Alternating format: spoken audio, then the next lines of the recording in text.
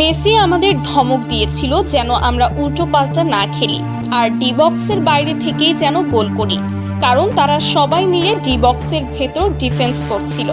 মেসির কথা মতো খেলাতেই আমরা ম্যাচ জিতেছি।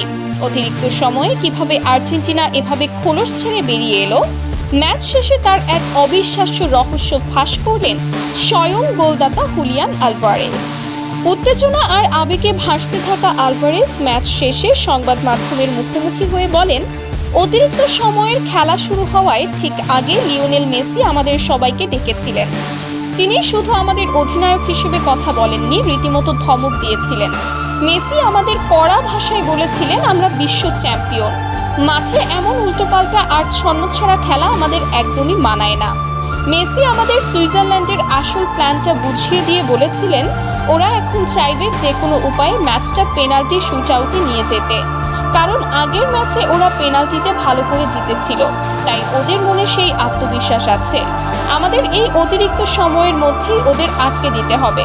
সুইজারল্যান্ড এখন সবাই মিলে ডি বক্সের ভেতর ডিফেন্স করবে, তাই আমরা চাইলেও সহজে ডি বক্সে ঢুকে গোল বের করতে পারবো না।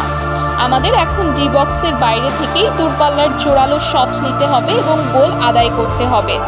মেসির সেই কড়া ধমক আর এই জাদুকরী উপদেশ হুবহু মেনে খেলার কারণেই আজ আমরা ম্যাচটি জিতেছি। অধিনায়কের এই দূরদর্শিতা আর ধমক যে টনিকের মতো কাজ করেছে তা আলভারেজের ওই ডি বক্সের বাহির থেকে নেওয়া বুলেট গতির শটেই প্রমাণ হয়ে গেছে। শেষ বাঁশি বাজার সাথে সাথেই গ্যালারিতে থাকা হাজারো আর্জেন্টাইন সমর্থক উল্লাসে ফেটে পড়েন। 2-1 ব্যবধানের এই মহাকাব্যিক জয়ে সুইজারল্যান্ডকে বিদায় করে কোয়ার্টার ফাইনাল থেকে সেমিফাইনালে পৌঁছে গেল আর্জেন্টিনা।